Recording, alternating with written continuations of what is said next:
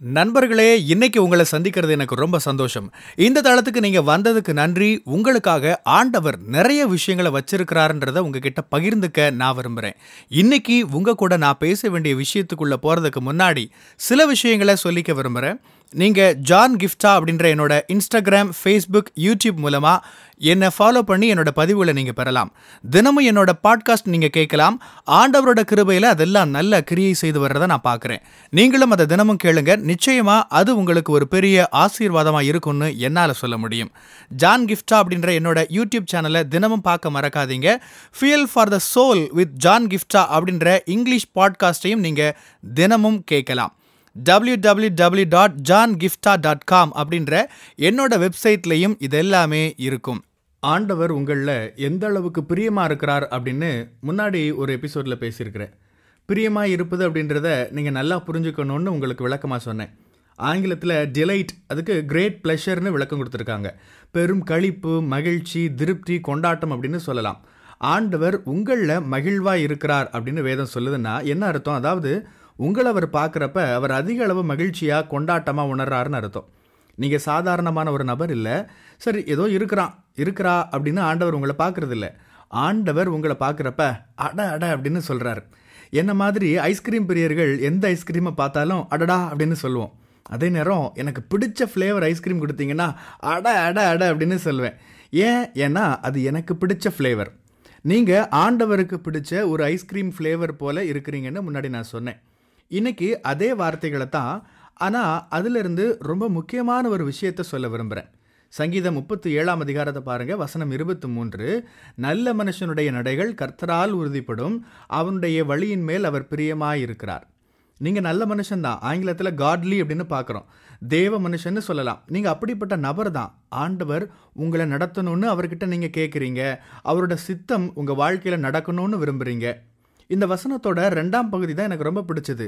அவனுடைய வழியின் மேல் அவர் பிரியமாயிருக்கிறார். ஆங்கிலத்தில் ஒரு மொழிபெயர்ப்பில் அவனோட வாழ்க்கையின் எல்லா அம்சங்களிலும் அவர் பிரியமாயிருக்கிறார்னு சொல்லுது.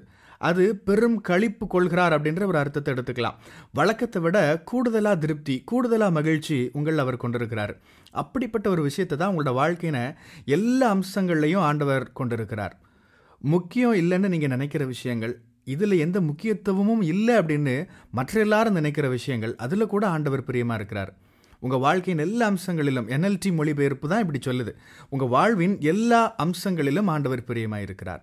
உங்களுக்கு முக்கியமான விஷயங்கள், உங்களுக்கு அத்தியாவசியம்னு நீங்கள் நினைக்கிற விஷயங்கள், உங்களை யோசிக்க வைக்கிற விஷயங்கள், கவலைப்பட வைக்கிற விஷயங்கள், உங்களை தூங்க விடாமல் செய்கிற விஷயங்கள், இதை நான் எப்படி கடக்க போகிறேன்னு நினைக்கிற விஷயங்கள், உங்கள் வாழ்க்கையில் சில முக்கியமான பகுதிகளில் ஆண்டவர் பதில் தரணும், இடைப்படணும்னு ஜெபிக்கிறீங்களே, அந்த பகுதிகள், நீங்கள் ஜெபிக்கிற ஆண்டவர் இடைப்படணும்னு நினைக்கிற எல்லா விஷயங்கள், இது எல்லாமே ஆண்டவருக்கு முக்கியமானது தான். உங்கள் வாழ்க்கையோட எல்லா அம்சங்களிலும் அவர் பிரியமாக இருக்கிறார். ஆண்டவருக்கு இதை விட பெரிய பிரச்சனைலாம் இருக்குங்க. அதை இவர் கவனிப்பாரா? இதை கவனிப்பாரா?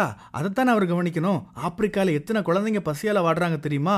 போர் நாளில் பிரச்சனையில் இருக்கிற எத்தனை பேர் இருக்கிறாங்க தெரியுமா? அப்படின்லாம் சிலர் கேட்பாங்க. நான் அதை தப்பாக சொல்லலை, கஷ்டப்படுறவங்கள நான் தவறாக சொல்லலை. அந்த மக்கள் மேலே ஆண்டவரோட கரம் இருக்கணும்னு நாம் கூட ஜெபிக்கிறோம். ஆனால் நான் என்ன சொல்கிறேன்னா, ஆண்டவர் அப்படியான விஷயங்களில் மட்டுமே கவனம் செலுத்துவார்னு சொல்கிறாங்களே, அதுதான் தப்பு. உங்கள் வாழ்க்கை சம்மந்தப்பட்ட விஷயத்தில் அக்கறை செலுத்த அவருக்கு நேரமும் அதிகாரமும் இல்லைன்னு சொல்கிறாங்களே, அதுதான் தப்பு.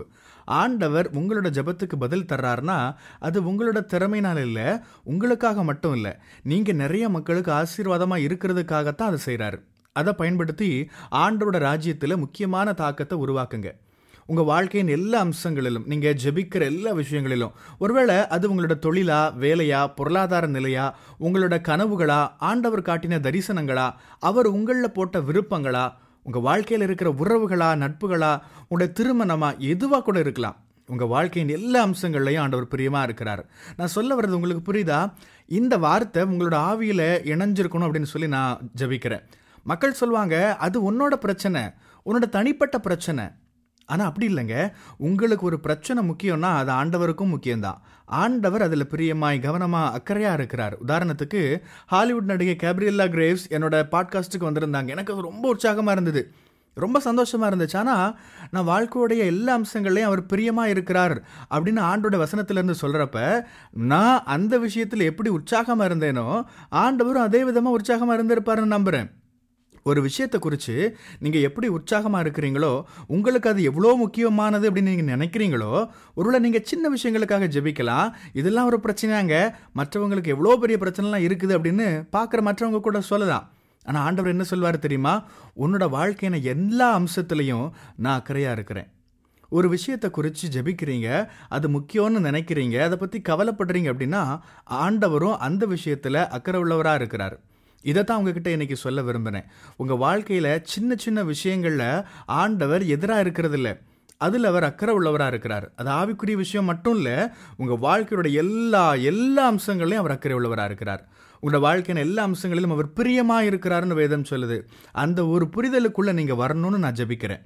நீங்கள் தனியாக இல்லை, இந்த வசனங்களை பேசின கர்த்தாதி கர்த்தாவும் ராஜாதி ராஜாவுமானவர் அவர் உங்களோட எல்லா விஷயங்களையும், ஒவ்வொரு சின்ன சின்ன விஷயங்களையும் அக்கறை உள்ளவராக இருக்கிறார். ஆமென். God bless you. பிரியமானவங்களே, இந்த செய்தி மூலமா நீங்க உற்சாகம் அடைஞ்சிருப்பீங்க, ஆசீர்வதிக்கப்பட்டிருப்பீங்கன்னு விசுவாசிக்கிறேன். திரும்பவும் ஞாபகப்படுத்துறேன், நீங்க ஜான் கிஃப்டா அப்படின்ற என்னோட இன்ஸ்டாகிராம், ஃபேஸ்புக், யூடியூப் மூலமா என்னை ஃபாலோ பண்ணி என்னோட பதிவுகளை பெறலாம். ஜான் கிஃப்டா அப்படின்ற என்னோட யூடியூப் சேனலை தினமும் பார்க்க மறக்காதீங்க. Fuel for the soul with John Gifta அப்படின்ற இங்கிலீஷ் பாட்காஸ்ட்டையும் நீங்கள் தினமும் கேட்கலாம். பாட்காஸ்ட் எபிசோடுக்கு நீங்கள் உங்களோட ரேட்டிங், ரிவ்யூ கொடுத்து ஷேர் பண்ண மறக்காதீங்க. www.johngifta.com அப்படின்ற என்னோட வெப்சைட்லேயும் இது எல்லாமே இருக்கும். இந்த ஊழியத்தால் நீங்கள் ஆசீர்வதிக்கப்பட்டிருந்து மற்றவங்களுக்கும் இதே ஆசீர்வாதம் சேரணும்னு விரும்பினா நீங்களும் எங்கள் கூட சேர்ந்து ஆண்டவரோட ராஜ்யத்தை கட்டுற இந்த பணியை உங்களோட நிதி ஆதரவு மூலமாகவும் தாங்கலாம். கூகுள் பே அல்லது நெட் பேங்கிங் அல்லது பேபால் மூலமாக நீங்கள் ஆதரவு தரலாம். எல்லா விவரங்களையும் டிஸ்கிரிப்ஷனில் நீங்கள் பார்க்கலாம். ஆண்டவர் உங்களை ஆசீர்வதிப்பாராக.